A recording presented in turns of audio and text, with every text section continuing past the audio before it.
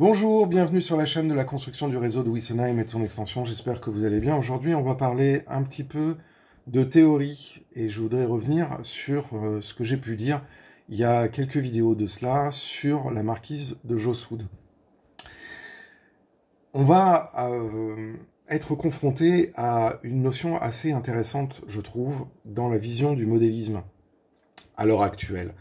On a deux visions qui se côtoient, parfois s'affrontent, mais qui n'ont pas du tout ni la même philosophie, ni le même but. On a, d'une part, les tenants de la reproduction littérale d'un objet, d'un bâtiment, d'un matériel, et de l'autre côté, les tenants de la réalisation perceptive, c'est-à-dire, ça ressemble à, mais je ne vais pas pousser ma démarche pour que ça soit l'exacte reproduction. Ces deux démarches-là, parfois se mettent en antagonisme, les uns reprochant le laxisme aux autres, les autres reprochant à ceux qui font une vision littérale d'être des compteurs de rivets. C'est pas mon propos. Mon propos, c'est que, en fonction de ces deux démarches, l'intention de réaliser un objet n'est pas du tout la même. Et ce que j'ai pu constater en regardant, et donc du coup en me plongeant dans l'iconographie de la réalisation de cette marquise, qui est censée être la marquise de Leipzig, je me suis rendu compte que Joss Wood n'avait pas fait une vision littérale de la réalisation de cette marquise, mais au contraire, une réalisation perceptive. C'est-à-dire, ça ressemble à la marquise de Leipzig, ça en a les formes, les proportions en général, ça a une beauté liée à un travail non négligeable de mise en œuvre d'éléments d'assemblage en laser cut, ça a un savoir-faire, mais l'objectif, c'est pas de faire une reproduction littérale de la marquise de Leipzig. Joss Wood nous propose une marquise très belle, très bien réalisée, très bien construite, très bien pensée, mais qui n'a qu'un seul but, c'est d'évoquer la marquise de Leipzig et d'en faire un hommage, étant entendu que cette marquise fête son 100e anniversaire et que donc du coup, dans l'inconscient collectif allemand, c'est une œuvre, c'est un chef-d'œuvre, c'est une réalisation, au même titre que la verrière d'Orsay ou du Grand Palais. Mais son intention n'a jamais été d'être une reproduction littérale. Et donc, du coup, tant au niveau architecture qu'au niveau structure, faire une critique sur la façon dont va être constituée la maquette, alors que moi, je me positionnais sur une vision d'une reproduction littérale, puisque moi, quand je pensais effectivement que c'était une reproduction littérale, puisqu'il s'était annoncé comme étant la marquise de Leipzig, eh bien, effectivement, en comparant l'iconographie des photos qui m'ont été communiquées par des gens de la communauté, des recherches sur Internet, je me suis rendu compte qu'effectivement, c'était pas du tout la démarche de Joss Wood de faire une représentation littérale et donc de faire une reproduction. Sa démarche, manifestement, c'était simplement d'avoir la perception des volumes tels qu'on peut les ressentir, ce qui lui permet de pouvoir prendre énormément de liberté d'un point de vue architectural, et on l'a vu avec ces histoires de coussinets qui ne sont pas placés aux endroits où, mécaniquement, d'un point de vue architectural, ils auraient dû être placés, ce qui, moi, m'a fait monter dans les tours, et finalement, c'était un peu inutile, parce que ça n'empêche pas la réalisation de la maquette, ça n'empêche pas le fait que le produit fini est tout à fait conforme à l'intention qu'en a mis Joss Wood, mais par contre, d'un point de vue littéral, d'interprétation littérale, ben là, on est très très loin du compte, et ça devient une hérésie de faire ça. Mais, quand on regarde très précisément les photos qui montrent l'intérieur de la marquise, on se rend compte que, parce qu'il a fait une vision perceptive, ça lui a permis de faire énormément de raccourcis. Des raccourcis qui sont aussi justifiés par le fait que Est-ce que c'est réellement nécessaire que je me prenne la tête à le faire? Sachant que, petit 1, ça ne va pas forcément être vu. Petit 2, je ne fais pas un exercice d'architecture et de reproduction fine scale. Je fais une construction qui a pour but que sur le réseau, ça ressemble à l'objet que je reproduis. Donc effectivement, dans l'état de cette démarche, tant qu'on peut rester sur une évocation crédible, on est bien dans la démarche dont je vous ai parlé au début de la vidéo, mais on n'est pas dans une démarche fine scale, dans une démarche de reproduction réelle et réaliste. On n'est pas dans le fine scale.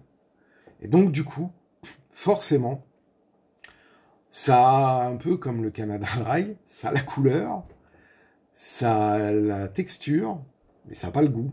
Ben là, c'est exactement pareil. On est dans la perception, on n'est pas dans une lecture littérale. Et donc, du coup, ça ouvre plusieurs possibilités. D'une part, ça veut dire que dans le cas d'un réseau dystopique comme Wissenheim, ben je ne suis pas sur la verrière de Leipzig. Ce n'est pas la verrière de Leipzig. C'est une verrière qui a un traitement perceptif qui ressemble à une verrière comme celle de Leipzig en termes de forme. Mais ce n'est pas la verrière de Leipzig. C'est une interprétation. Donc, du coup, ça débloque pas mal de choses, parce que ça veut dire que d'un point de vue de l'intégration, on peut faire une composition par rapport à ça. Ça, c'est le premier point. Deuxième point, comme lui-même a pris des libertés, eh ben, on peut venir améliorer les prises de position et les partis pris qu'il a mis en œuvre pour réaliser son kit. L'une des choses qui, moi, m'avait particulièrement étonné en regardant l'objet fini, c'est-à-dire la marquise avec ses deux travées parallèles qui montrent sur son site internet, c'est l'absence totale de finition au niveau des parois latérales, des façades latérales. Parce qu'effectivement, je me suis dit plusieurs choses, mais là, je me plaçais du point de vue qu'il faisait un traitement littéral de la marquise, ce qui n'est bien évidemment pas le cas. Mais il n'empêche que ces questions-là restent en suspens, notamment celle de « mais où sont les gouttières et les chéneaux ?» Parce que quand on a une superficie de toiture comme ça, et à un moment donné, la récupération des eaux de pluie, c'est quand même quelque chose qui est un sujet. Parce que quand il tombe 20 mm par mètre carré, vous imaginez bien qu'à un moment donné, la flotte, elle doit arriver, elle doit s'évacuer, elle doit être acheminée quelque part. Elle ne peut pas rester sur les toitures ou glisser sur les façades. Donc, il y avait cette interrogation de « où diable sont les chéneaux ?» Et ensuite, après, il y avait cette remarque, indépendamment du fait qu'il manque des pièces dans le kit. Mais ça, encore une fois, pour moi, ça c'est un problème de logistique, c'est pas un problème de conception du kit. Mais du coup, moi, je suis amené à refaire certaines de ces pièces. Alors ça, par exemple, c'est une pièce qui n'est pas présente, qui aurait dû être fournie, mais qui n'est pas présente sur le kit. Je vous montre. Donc ça, c'est le prototype. Elle n'est pas tout à fait exacte. Il y a eu quelques modifications qui ont été faites depuis, qui viennent en fait se mettre devant les poteaux, mais côté façade. Ce qui permet d'habiller le poteau et d'éviter que le poteau soit exposé à plein vent. Ça permet aussi de cacher accessoirement les jointures des éléments de sandwich que lui a constitué dans son kit. Donc ça, c'est une pièce. Il y a des pièces comme ça qui peuvent être construites, fabriquées grâce à l'impression 3D. Et là, je dois dire que la FDM est tout à fait trouvée pour ce genre de choses, puisqu'on est sur des masses. Il y a un peu de détails, mais on n'a pas besoin de rentrer trop dans les détails, puisque lui-même n'est pas rentré dans les détails. S'il avait voulu faire une vision littérale, il l'aurait pas fait en laser cut, parce que ça aurait été quasiment impossible. Il l'aurait fait en impression 3D, et là, ça aurait été carrément un autre calibre. Parce qu'effectivement, cette marquise, ainsi que toutes les structures métalliques en règle générale, sont quand même faites...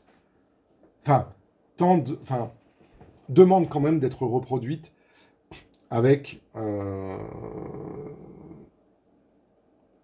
des volumes.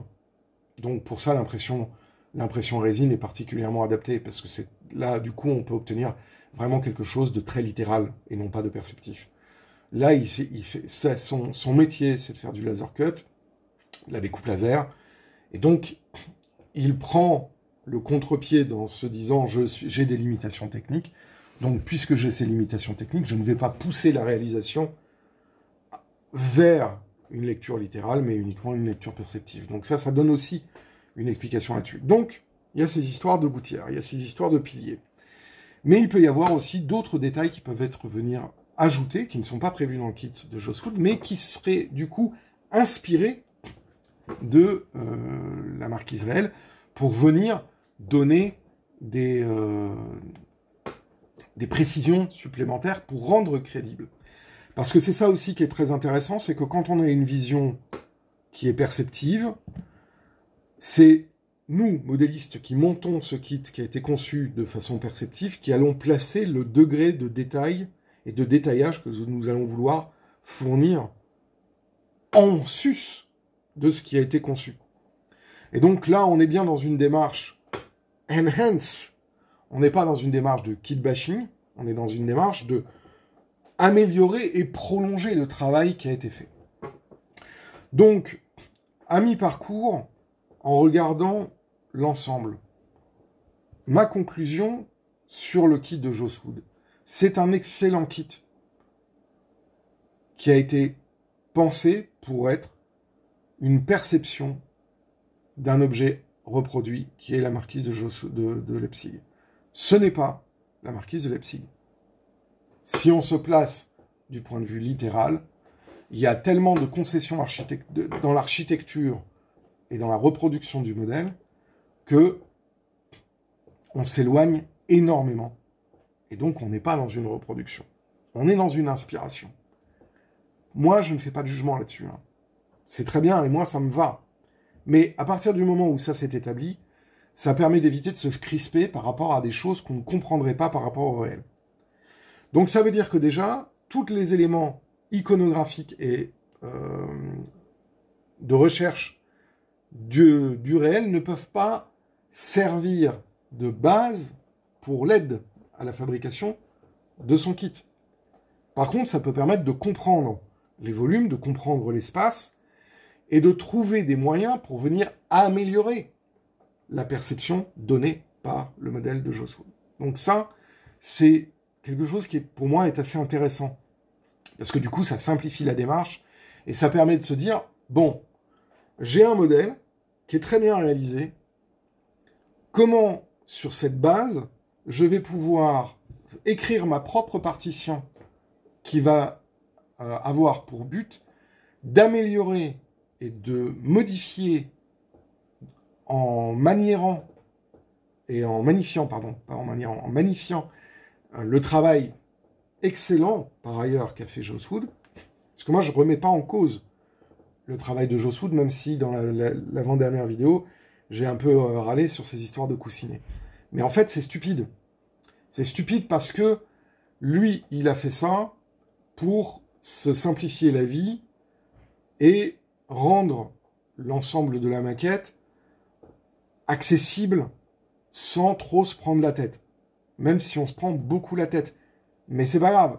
Les difficultés qu'on peut avoir, qu'on peut ressentir quand on crée quelque chose, ne vont pas être les mêmes que quand on est quelqu'un qui assemble un kit qui a été créé par quelqu'un d'autre. Et on n'est pas non plus dans les démarches des maquettes de Faller, où il y a un travail de simplification de la mise en œuvre pour justement rendre accessible à tout le monde. Encore une fois, ce kit-là, c'est, et ça restera, un kit pour des gens expérimentés. Non seulement parce que le kit en lui-même n'est pas forcément super simple à être mis en œuvre, et qu'en plus, il y a toutes les problématiques dont j'ai déjà évoquées, je ne reviendrai pas là-dessus, mais en plus, comme c'est un kit perceptif, il appelle le modéliste à faire une démarche d'amélioration et d'être dans une démarche enhance. Voilà. Donc, on a quitté le rivage définitif de la réalisation littérale. Très bien. Donc, pour moi, à ce niveau-là, il n'y a plus de débat. La qualité des matériaux fonctionne très bien. Les découpes sont ultra propres. Les assemblages, quand il y en a, même s'ils sont bien galères à faire, ils sont galères à faire parce que la nature des matériaux est fragile, pas parce que c'est mal conçu. Donc quand on prend tous ces éléments-là, le résultat final, c'est à l'heure actuelle la plus belle maquette de marquise de chemin de fer que l'on trouve sur le marché. Donc quand on me pose la question, est-ce que tu n'avais pas trouvé une marquise plus belle? Non. Sur ces dimensions-là, 60 par 48, c'est actuellement la plus belle et la plus réussie des marquises du marché. Maintenant, ce n'est pas, comme je vous l'ai dit, la marquise de Leipzig d'un point de vue littéral. D'un point de vue perceptif, oui. D'un point de vue littéral, non. Voilà. Donc, une fois qu'on a pris conscience de ça, ça enlève de facto toutes les critiques qu'il peut y avoir sur le modèle, puisque c'est une vision qui sert un propos, qui est de commémorer un objet industriel, mais en aucun cas d'être la reproduction fidèle de cet objet industriel. So be it.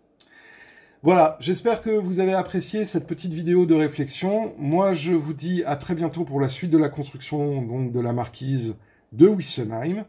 Et puis, d'ici là, je vous dis, portez-vous bien, prenez soin de vous. Un grand merci, je fais tout à l'envers, un grand merci à toutes les personnes qui se sont abonnées récemment. Merci, merci et bienvenue. Un grand merci aussi à toutes les personnes qui font des tips sur la plateforme Tipeee pour aider le financement de la chaîne. Moi, je vous dis donc à très bientôt, prenez soin de vous. Et puis, si vous en avez l'occasion, faites du train. Ciao!